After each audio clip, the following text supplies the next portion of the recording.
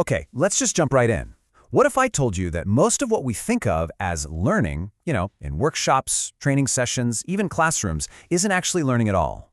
We're about to take a hard look at a huge assumption we all make about what it really means to know something. So let's start with this pretty provocative statement, right? Gaining new information is not learning. Just let that one sit for a second. This idea, this one thought, is the key to everything we're about to unpack. It's the huge difference between just throwing content at people and, actually creating real, lasting change. So first things first, we have to talk about something I call the information myth. This is the idea, this belief that so many of us have, that the more stuff you cover, the more learning must be happening. But as you're about to see, it's a really dangerous trap. And it's a trap that so many people fall into. Trainers, managers, you name it. We start measuring our own success by how many slides we get through or how much information we delivered. But all that does is lead to information overload. People just feel overwhelmed, not smarter. We've all been there, right? Sitting in a room where your brain just feels full. That's not learning, that's just noise. And you can actually put a number on this problem. Get this, up to 90% of new information can just vanish if it isn't used or applied pretty quickly. Seriously, pouring facts into someone's head without giving them a way to use it, it's like pouring water into a leaky bucket. It feels like you're doing something productive, but in the end, almost nothing actually sticks. So, if our job isn't just to be a talking head spouting facts, then what is it?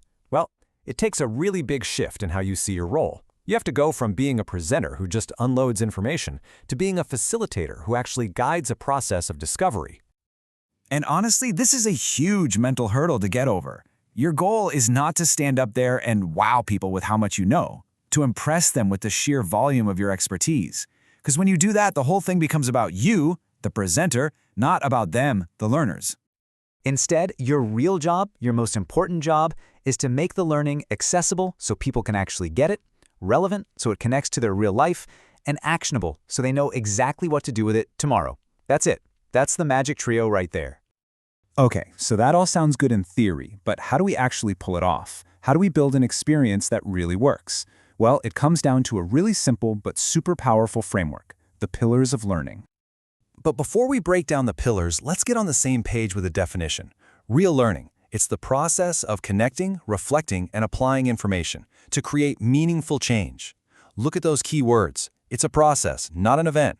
And the whole point, the entire goal, isn't just to know more stuff, it's to create meaningful change. That's our destination. And that process has 4 really clear steps.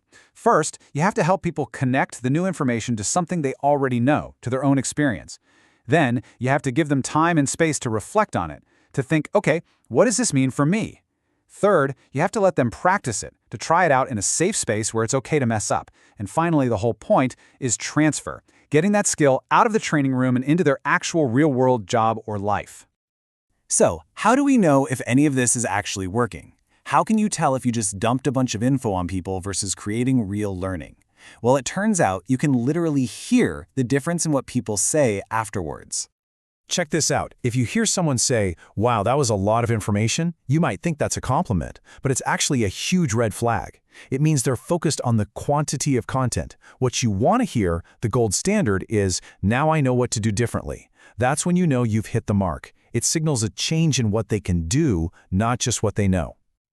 And that really is the bottom line, isn't it? The real way to measure your impact isn't with some quiz about facts they remember. The true measure is a change in behavior. Can they actually do something new that they couldn't do before they met you? That is the only test that truly matters. So, to bring this all home, I want to leave you with one final, incredibly powerful tool. It's a single question. A question you should ask yourself every single time you're about to teach someone something. Think of it as your ultimate litmus test. Here it is.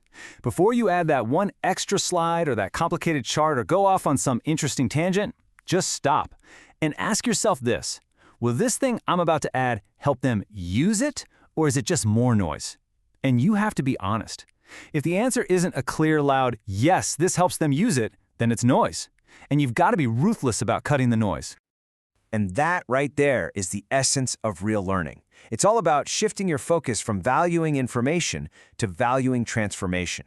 Because at the end of the day, learning isn't about overwhelming people with content. It's about creating meaningful, lasting change. And that is the true measure of our impact.